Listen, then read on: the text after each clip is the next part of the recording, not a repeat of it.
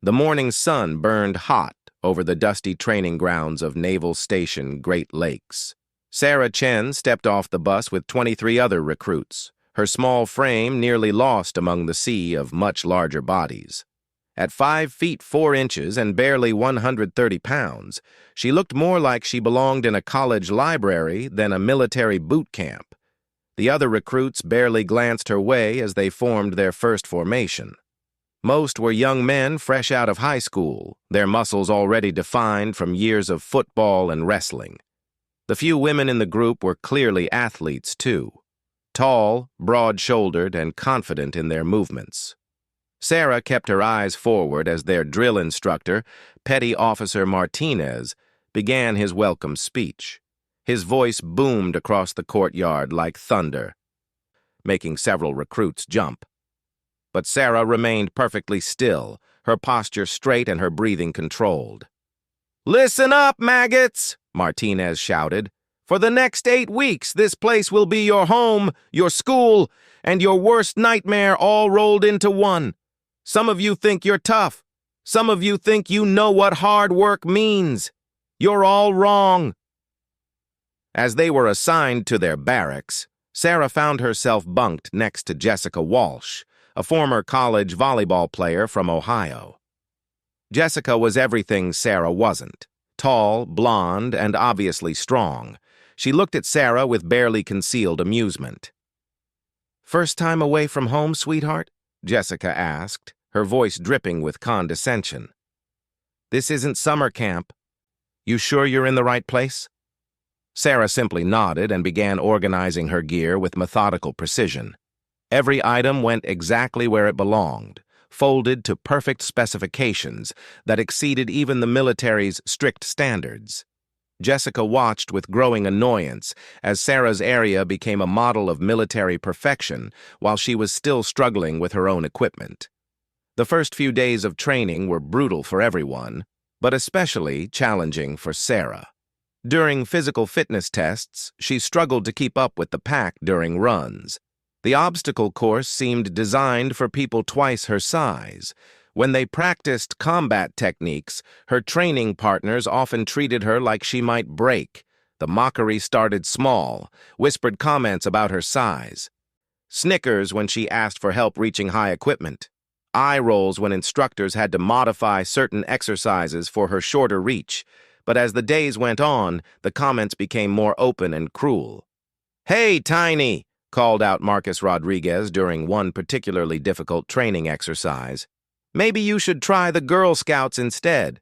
I heard they have easier obstacle courses." The group erupted in laughter. Even some of the female recruits joined in, apparently eager to distance themselves from Sarah's obvious struggles. Sarah kept working, her jaw set in determination, but the red flush creeping up her neck betrayed her embarrassment. During hand-to-hand combat training, things got worse. Sarah was paired with different opponents each day, and most treated her like a joke. They would barely try, assuming she posed no threat whatsoever. When she managed to execute a technique correctly, they acted surprised, as if a small miracle had occurred. "Come on, Chen," laughed Brian Murphy, a former high school wrestler who outweighed her by 80 pounds. "Hit me like you mean it. What's the worst that could happen?" Sarah reset her stance and tried again, but Brian just shook his head in amusement. "My little sister hits harder than that, and she's 12. The laughter that followed felt like a physical blow. Sarah had faced doubt and dismissal before, but never this constant, grinding mockery. Every day brought new challenges, and every challenge brought new opportunities for her fellow recruits to question whether she belonged there at all. Things reached a breaking point during the 3rd week. The recruits were running their daily 5-mile course when Sarah stumbled and fell hard on the asphalt. Her knee was scraped and bleeding, and she had twisted her ankle badly. As she struggled to get back up, several recruits ran past her without stopping. "Maybe this will teach her," she heard Jessica say to another recruit as they jogged by. "Some people just aren't cut out for this." Sarah gritted her teeth and forced herself back to her feet. Each step sent shooting pain up her leg, but she refused to stop. She finished the run dead last, limping across the finish line long after the others had completed their cool-down exercises.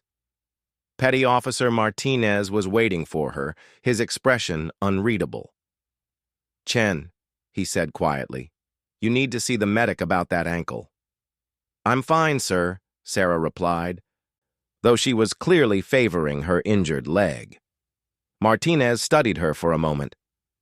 "That wasn't a request, recruit. Medical bay now." As Sarah limped away, she could hear the other recruits talking behind her. The consensus was clear. She would probably wash out now. A few even started betting on whether she would make it through the week, but Sarah had no intention of quitting. That night, as she lay in her bunk with her ankle elevated and wrapped, she stared at the ceiling and reminded herself why she was there. The others didn't know her story. They didn't know what she had already survived, what she had already accomplished. They saw only what she appeared to be on the surface. The next morning, despite the medic's recommendation to take it easy, Sarah was back in formation with the rest of her unit. Her ankle was still tender, but she had wrapped it tightly and taken enough pain medication to function. She wasn't about to give her critics the satisfaction of seeing her quit. During breakfast, the mockery resumed with renewed energy. Someone had apparently started a pool betting on when she would drop out. The odds were heavily in favor of it happening within the next few days. "I give her until Friday," predicted Marcus, loud enough for Sarah to hear. "That ankle's going to slow her down even more than usual." "You're being generous," replied Jessica. "I say Wednesday, maybe Thursday if she's really stubborn." Sarah ate her meal in silence, mechanically chewing the bland military food while planning her day. She had weapons training that morning, followed by tactical exercises in the afternoon. Both would be challenging with her injury, but she was determined to push through. As the recruits filed out of the mess hall, Sarah noticed several of them pointing and whispering. The attention made her uncomfortable, but she was used to being an outsider. She had been different her entire life. Too small, too quiet, too serious for most people's liking. What they didn't realize was that being underestimated had always been her greatest advantage. People saw her size and assumed weakness. They saw her youth and assumed inexperience. They saw her gender and made their own assumptions about her capabilities. Sarah had learned long ago to let people think what they wanted to think. The truth would reveal itself when it mattered most, and something told her that moment was coming soon. The morning weapons training session was held at the indoor firing range. As the recruits filed in, the smell of gun oil and spent ammunition filled the air. Sarah had always found the scent oddly comforting, though she couldn't explain why to anyone who asked. Their instructor, Gunnery Sergeant Williams, was a 20-year veteran with arms like tree trunks and a voice that could strip paint. He began by explaining the basics of the M16 rifle, though most of the recruits had at least some familiarity with firearms. When it came time for live fire exercises, Sarah stepped up to her lane with quiet confidence. The rifle felt natural in her hands as she adjusted the stock and checked her sight alignment. The other recruits barely paid attention to her preparations, still focused on their own weapons and techniques. "Ready on the right, ready on the left, ready on the firing line," called out Gunnery Sergeant Williams. "Commence firing." The range erupted in controlled chaos as 24 rifles began firing in measured sequences. Sarah's breathing slowed as she settled into her rhythm, each shot placed with careful precision. The familiar routine calmed her mind and focused her attention on the simple task of hitting her target. When the ceasefire command was given, Sarah lowered her rifle and waited for the range to be declared safe. Around her, the other recruits began chattering about their performance, comparing scores and making excuses for missed shots. Sarah remained quiet, methodically cleaning her weapon while waiting for the targets to be scored. Gunnery Sergeant Williams walked down the line, examining each target with practiced eyes. He made brief comments to each recruit, corrections for stance, breathing, or sight alignment. Most targets showed scattered shot groups typical of nervous beginners. When he reached Sarah's lane, Williams stopped abruptly. Her target showed a tight grouping that would have made a seasoned marksman proud. Every shot was clustered within the center ring, with several touching the bullseye itself. "Chen!" he called out, loud enough for everyone to hear. "Front and center." Sarah approached, unsure if she was in trouble or being praised. The other recruits turned to watch, expecting to see another example of her inadequacy. Williams held up her target for everyone to see. The range fell silent as they absorbed what they were looking at. "This," he announced, "is what expert marksmanship looks like. Chen, where did you learn to shoot like this?" Sarah felt every eye in the room focusing on her. She had tried so hard to blend in, to not draw attention to her unusual skills. "My father taught me, sir," she said simply. "Your father must be one hell of a teacher," Williams replied. "This is military-grade precision shooting, professional level." The other recruits exchanged glances, their assumptions about Sarah beginning to crack. Jessica looked particularly confused, unable to reconcile this display of expertise with the struggling recruit she had been mocking for weeks. "Let's see if that was beginner's luck," Marcus called out, his voice lacking its usual confidence. "Anyone can get lucky once." Williams overheard the comment and smiled grimly. "Rodriguez, you want to make this interesting? Chen, you up for a little friendly competition?" Before Sarah could respond, Williams was setting up a more challenging course of fire. Multiple targets at varying distances, timed sequences, and shooting from different positions. The kind of exercise that separated recreational shooters from serious marksmen. "Winner gets weekend liberty," Williams announced. "Loser gets extra duty cleaning the armory." The competition drew a crowd. Word spread quickly through the barracks that the tiny recruit who everyone had written off was about to face down one of the unit's most confident shooters. Money began changing hands as bets were placed, though most still favored Marcus, despite Sarah's earlier display. Marcus stepped up first, his movements confident and aggressive. He was clearly experienced with firearms, probably from hunting trips with his father. His shooting was solid, competent, and would have been impressive under normal circumstances. When his time was called, Marcus had posted a respectable score. Nothing spectacular, but good enough to win against most beginning shooters. He stepped back with a satisfied grin, certain that Sarah's earlier performance had been a fluke. Sarah approached the firing line with the same quiet intensity she brought to everything else. But something was different now. The uncertainty and hesitation that had marked her first weeks of training seemed to evaporate the moment she picked up her rifle. Her first shots rang out with mechanical precision.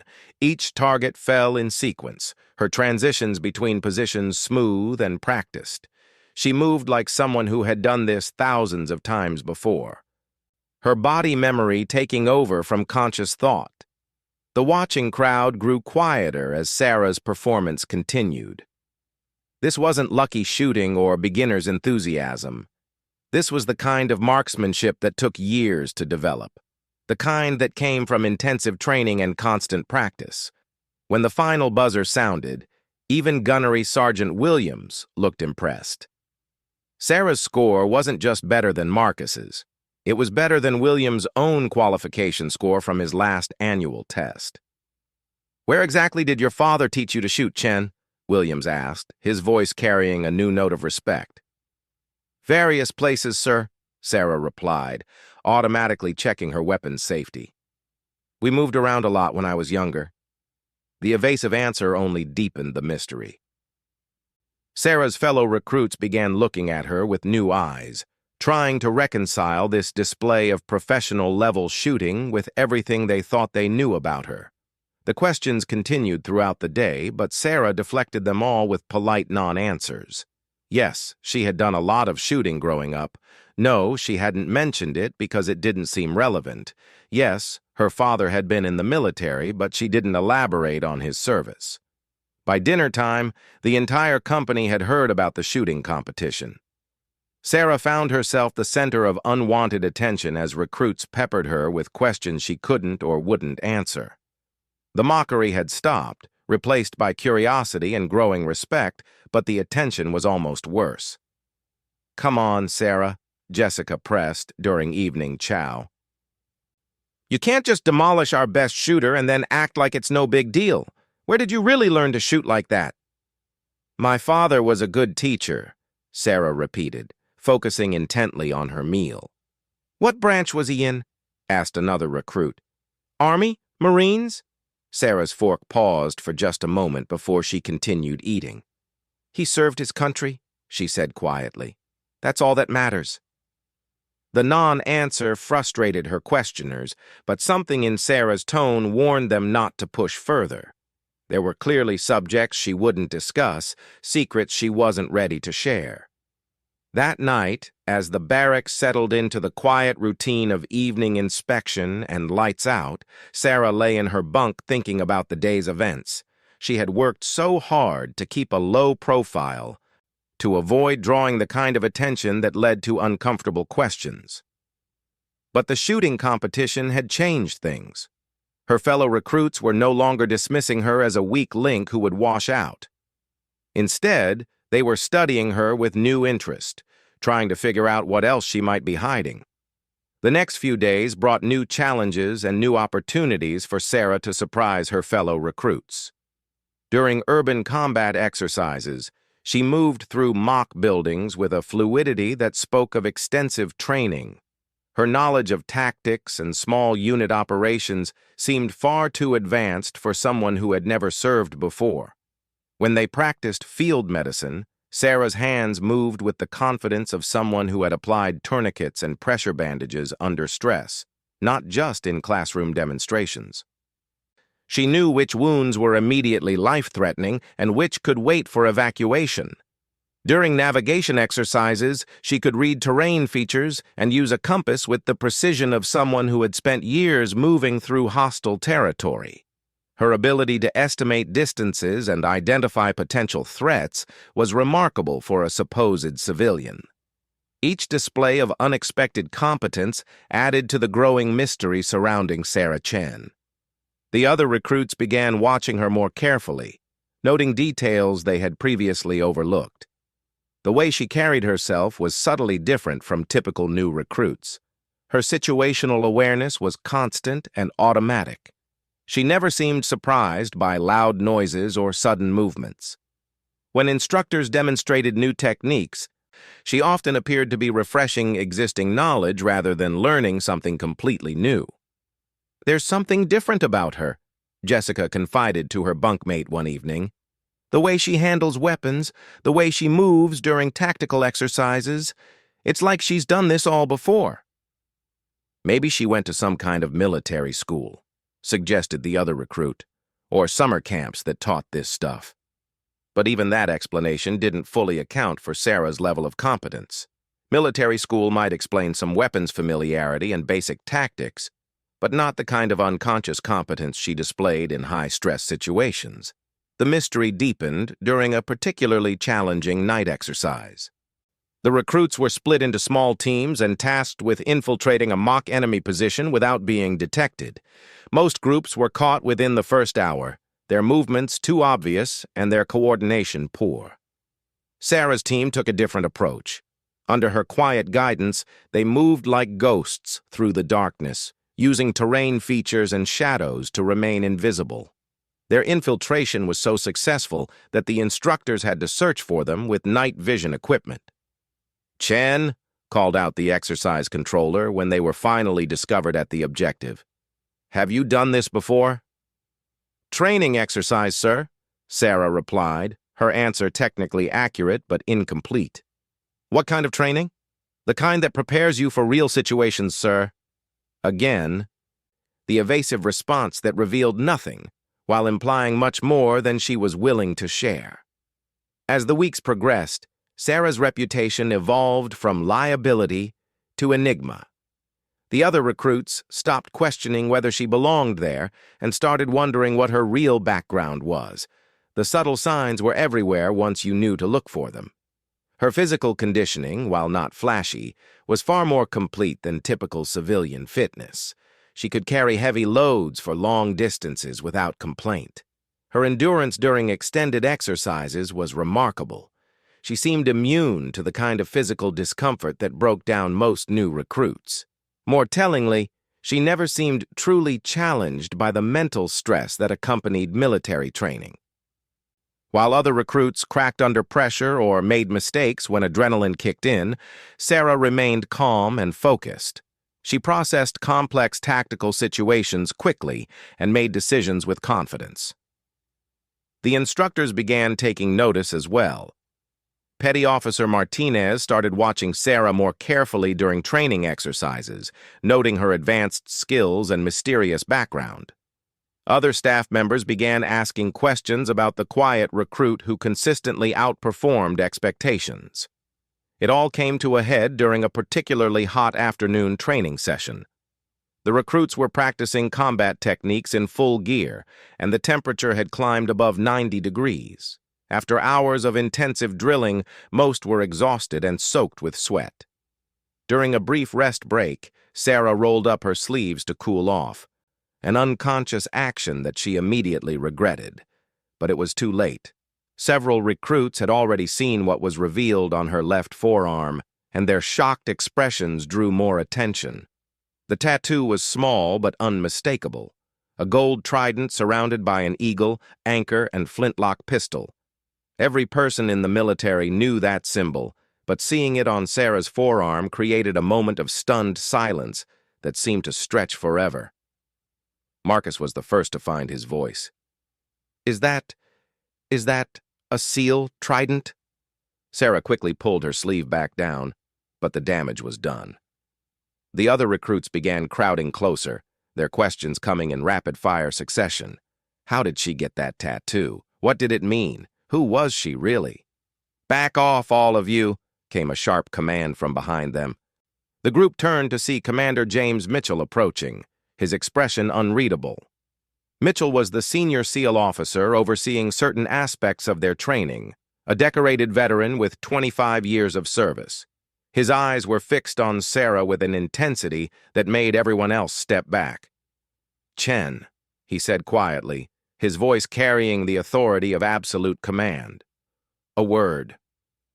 The rest of the recruits watched in tense silence as Sarah followed Mitchell to a secluded area near the equipment shed. They were too far away to hear the conversation, but they could see the dramatic change in the commander's body language as he spoke with her. "Sarah Elizabeth Chen," Mitchell said, his voice barely above a whisper. "Daughter of Master Chief Petty Officer David Chen, Team 6 operator killed in action in Afghanistan. March 2019.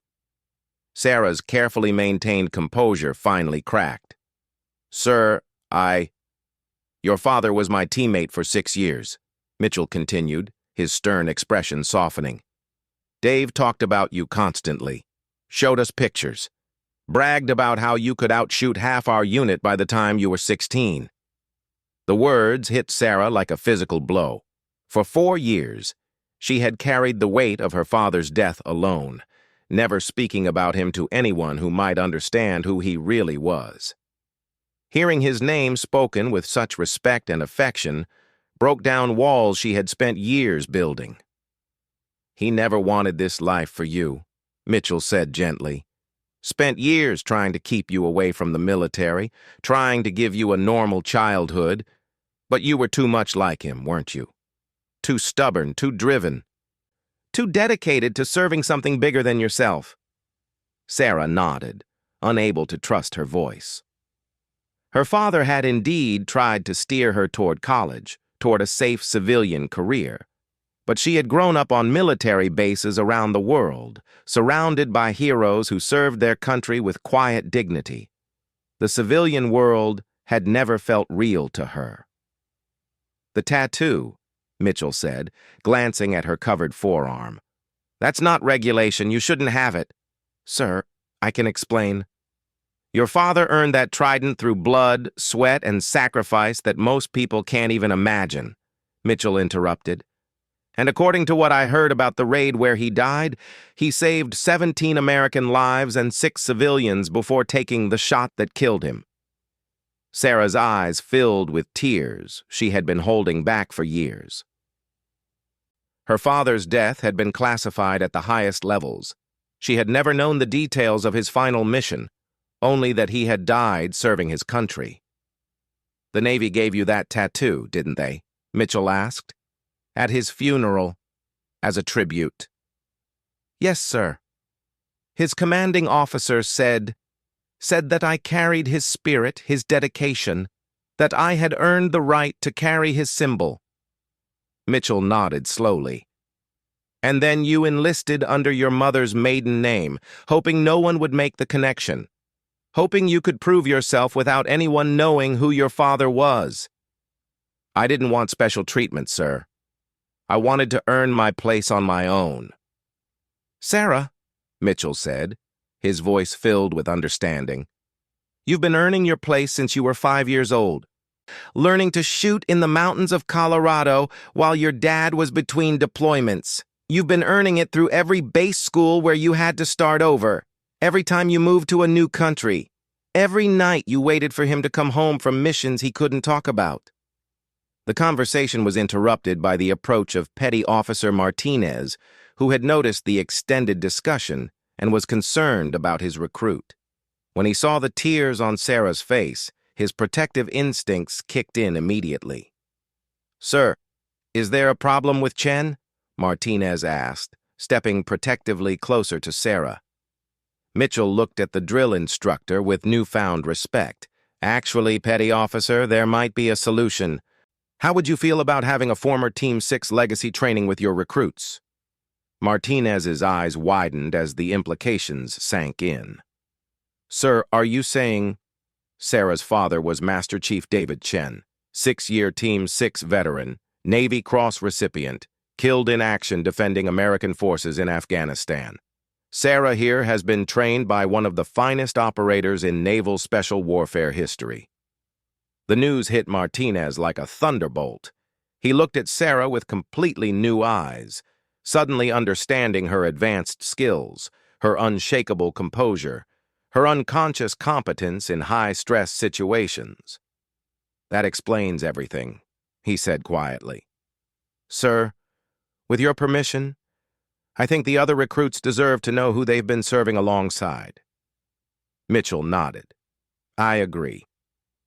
But Sarah gets to decide how much she wants to share." As they walked back toward the main group, Sarah felt a weight lifting from her shoulders that she hadn't even realized she was carrying. For years, she had hidden her father's identity, afraid that people would either expect too much or assume she was trading on his reputation. The other recruits stood in nervous clusters, whispering among themselves about what they had witnessed. When Mitchell approached with Sarah and Martinez, the entire group snapped to attention. "At ease," Mitchell commanded. "I want to tell you about the recruit you've been training alongside for the past month. Sarah Chen is the daughter of Master Chief Petty Officer David Chen, a decorated Navy SEAL who gave his life in service to this country." The effect on the group was immediate and profound. The same recruits who had mocked Sarah's size and questioned her belonging suddenly saw her in an entirely different light. Everything made sense now. Her advanced skills, her unshakable determination, her quiet confidence under pressure. "Chen has been trained since childhood by one of the finest warriors this country has ever produced," Mitchell continued. "Every skill she's demonstrated, every technique she's mastered, comes from years of learning from a true American hero, and she chose to be here, training alongside all of you, because she believes in the same ideals her father died defending." Jessica was the first to step forward, her face red with shame. "Sarah, I'm so sorry. I had no idea. The things I said, the way I treated you, you couldn't have known," Sarah replied quietly. "I didn't want anyone to know. I wanted to earn my place the same way everyone else does." "But you already had," Marcus said, his voice filled with respect. You earned it the day your father taught you that protecting others is more important than protecting yourself. You earned it every time you chose to serve something bigger than your own interests. Over the next few weeks, everything changed for Sarah. Not because people treated her differently due to her father's reputation, but because they finally understood who she really was. The quiet competence, the advanced skills, the unshakable determination, it all made sense now. She became an unofficial leader among the recruits, not through force or dominance, but through the quiet example her father had taught her to set. When others struggled with weapons training, she helped them improve. When someone faltered during physical challenges, she encouraged them to push through. The mockery and dismissal were replaced by respect and admiration. Her fellow recruits began seeking her advice, learning from her experience, and following her example of quiet professionalism. Gunnery Sergeant Williams started using Sarah as an example during training sessions, not because of who her father was, but because of the skills she had developed and the character she displayed. Her target groups became teaching aids, her tactical movements became demonstrations of proper technique. Commander Mitchell made it a point to check on Sarah's progress regularly, not to provide special treatment, but to ensure that she was getting the challenges she needed to continue growing. He recognized in her the same drive and dedication that had made her father exceptional. "Your dad would be proud," he told her one afternoon after she had led her team through a flawless training exercise. "Not just of what you can do, but of who you've chosen to become." He always said the measure of a warrior wasn't their individual achievements, but how many others they lifted up along the way. As graduation approached, Sarah had not only survived boot camp, but had become one of its standout performers. The same recruits who had once questioned her belonging now spoke of her with the kind of respect usually reserved for seasoned veterans. But perhaps most importantly, Sarah had finally found peace with her father's legacy. She no longer felt the need to hide who she was or where she came from. She understood that honoring her father's memory wasn't about concealing her connection to him, but about living up to the values he had instilled in her. The tattoo on her forearm, once a source of anxiety and careful concealment, became a symbol of pride and remembrance. It reminded her daily that she carried not just her father's training, but his spirit of service, sacrifice, and dedication to something greater than herself. On graduation day, as Sarah stood with her fellow recruits receiving their assignments, she knew that she had finally found where she belonged. Not because of who her father had been, but because of who she had chosen to become. She was ready to write her own story of service, carrying forward the best of what he had taught her while making her own unique contribution to the mission of protecting and serving others.